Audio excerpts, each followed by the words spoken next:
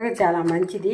ఇవి సుండలు మామూలుగా ఇవి శనగలు పీచు ఎక్కువ ఉంటుంది. ఇది మన ఒంట్లో చాలా మలబద్ధకం కూడా లేకుండా ఉంటుంది. ఇవి వచ్చి ఏరుశెనగ ఇవి వచ్చేసి బొబ్బర్లు అంటారు, మనం అలసంద గింజలు అంటాము.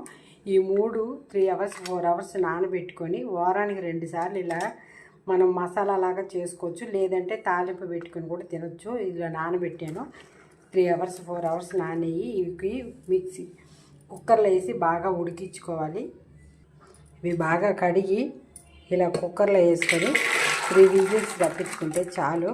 బాగా కొంచెం సాల్ట్ వేసుకొని ఉడికేటప్పుడే కొంచెం సాల్ట్ వేసుకుంటే తర్వాత కొంచెం లైట్గా పడుతుంది. బాగా కలిపెట్టుకొని ఇలా సాల్ట్ బాగా ఉడకబెట్టుకోవాలి. సుండలు ఉడికేలోపు టమాటా, ఉల్లిపాయ, కొత్తిమీర, కారం, ఉప్పు రెడీ చేసుకున్నాను. ఇంకా సుండలు ఉడికాక బాగా కలుపుకోవడమే. ఉడుకుతున్నాయి చూడండి, కుక్కర్లో విజిల్ వస్తుంది. ఇంకా 2 నిమిషాలు కుక్కర్లో బాగా ఉడికాయి చూడండి.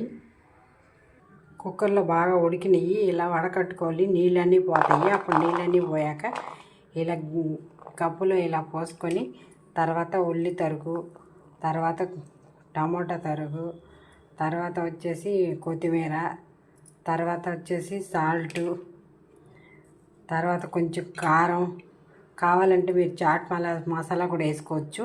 మీరు చాట్ మసాలా వేసుకోవట్లేదు. బాగా ఇలా వేసుకున్న తర్వాత బాగా మిక్స్ చేసుకొని వేడిగా తింటే సుండలు. పచ్చిమిర్చి కూడా వేసుకోవచ్చు. నేను ఎండు కారం వేసాను కాబట్టి పచ్చిమిర్చి వేయట్లేదు. పిల్లలకు పెట్టినా బాగుంటుంది, మనం తిన్నా హెల్తీగా ఉంటుంది. వారానికి 2 సార్లు తింటే షుగర్ కూడా కంట్రోల్లో ఉంటుంది.